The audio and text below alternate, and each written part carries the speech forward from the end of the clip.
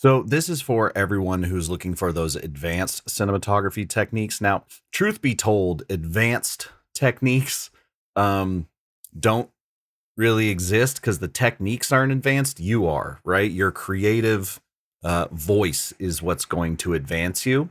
But there are a few things that I think exist in the professional world that are overlooked in the sort of creator or indie space. And I'm going to give you one of them. If you don't know, I have a podcast interviewing the best cinematographers on the planet. I interviewed Steve Yedlin. That episode's going to come out on Christmas 2025. So depending on when you're watching this, that's either out or not. And we talk about this actually. You actually turned me years ago when I was reading the stuff you'd put online. You turned me on to just the idea. Like I had to interpret it, obviously, because at the time I was a little dumber. But I invested in getting a the spectrometer, and Oh, boy, like just being able to just plop someone next to a window and put I have like the Kino Flow and just XY it in there, and boom, it all just ah, I'm like, oh, it's the greatest thing in the world. And I love to I hear. wrote, you type 5600 in the back of the, that's not what comes out the front ever. So you got to do Yeah. it and then meter it and go, all right, what, Yeah. 100 more, and then you move it 100 and it Well, went up 300, and you're like, all right, somewhere in the yeah. middle, you know? Well, yeah. Well, worse than that, though. I mean, even if it did, that's still not the color you actually want. Right. Like the fact that something, even if something is 5600 and zero, in hard chromaticity, there's no such thing as tint, but there's delta UV, Right. which is how far off of the Planckian locus you are.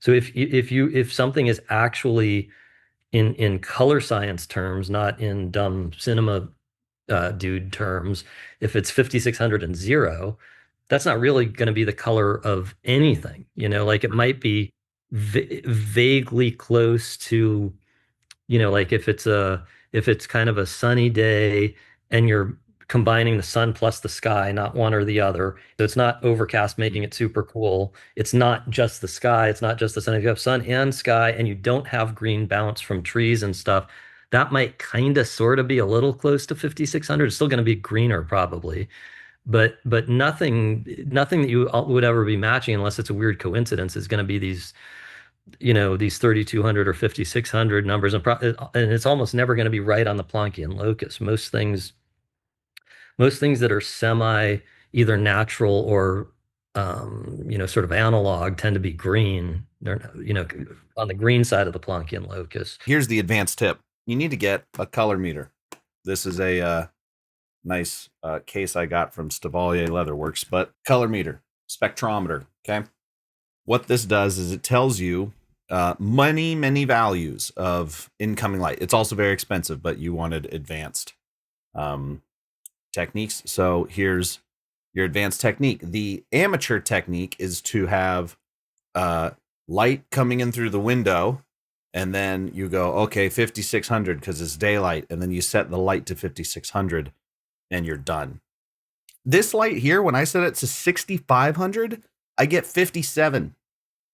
It's a high-ish quality light, like it's fine, but it's not. The only way I know that is because I have this. You're going to meter your light source, whatever your natural source is, whatever you're trying to match to, or whatever color you want. So the incoming light is actually 5400, right? But that's just the color temperature. There's also a bit of other colors in there because outside there's trees, houses, uh, whatever. The light's different colors. So down at the bottom, you see that XY coordinate. That's where the magic lies. Because if you want to make cinematography is all about contrast, control, and color. I'm so glad I came up with those three C's off the top of my head. So contrast, you probably know about. You use your false color, you use your light meter, and you create ratios. Like right now, this ratio from here to here, pretty gentle. I'd have to look in Resolve. I don't know what it is right now, but it's probably like a stop. It's not that aggressive. Key to fill, right?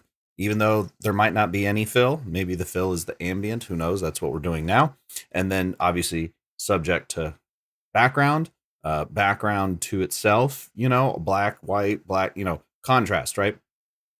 Control is lighting everything you want, taking away all the light where you don't want it, right?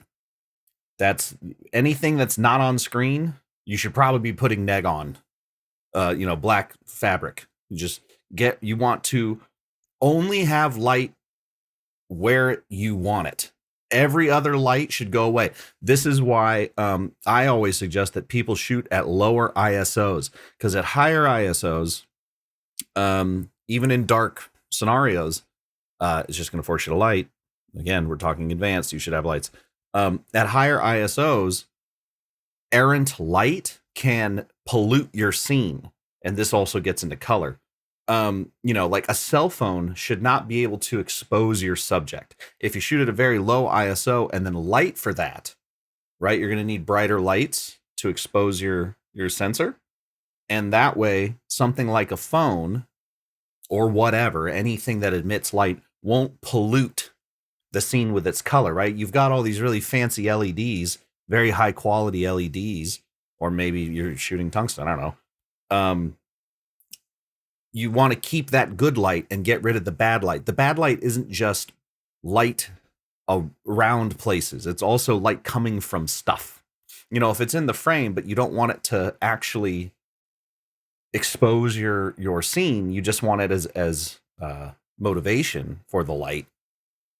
Low ISO, high brightness, right? You're going to probably need more light. That's the advantage to high ISOs, is you can expose with what's available, but true control comes from, and that good, clean color comes from basically a lower ISO. Or you can shoot with whatever your native ISO is and just throw some ND on it or something. All I'm saying is it's not specifically a factor of ISO. What I'm saying is shoot at a lower exposure, whether that be ND, ISO, f-stop, whatever. The color thing is what we're talking about with the meter, right? The advanced part is using those XY coordinates I spoke of. Those will include sort of the dirtiness, let's say. That black body illuminant is a theoretical perfect illuminant, perfect light with no dirtiness in it. Natural light isn't like that. So you meter your window, whatever, your fire, whatever. And then you type that XY coordinate into your nice light. This is not a nice light, so it doesn't have them. But most of the aperture lights have them. Cream Source, ARRI, the new Intellitek's. I don't know what Intellitek's up to. Anyway, a lot of not even that expensive. I believe they have to be RGB for this to work. Yeah. Lights have XY coordinates. That's what I want you to look for when you get lights. Make sure they have XY coordinates, and then spend the almost $2,000 to buy one of these.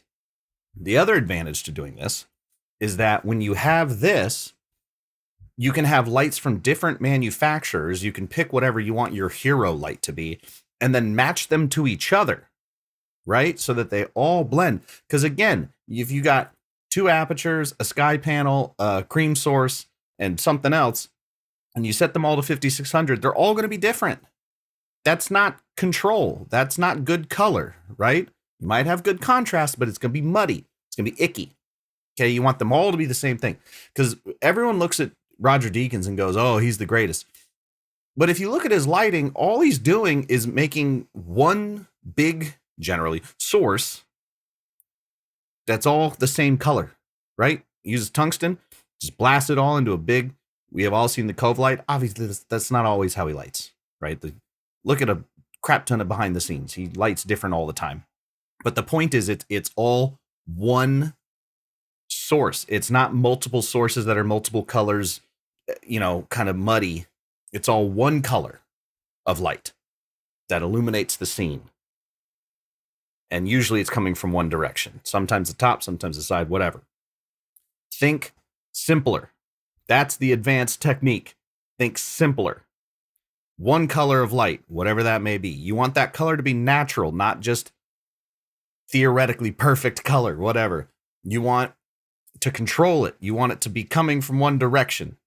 You want it to be a little bit hotter than, this side so that it's contrasty, right? That's your advanced tip. Simple.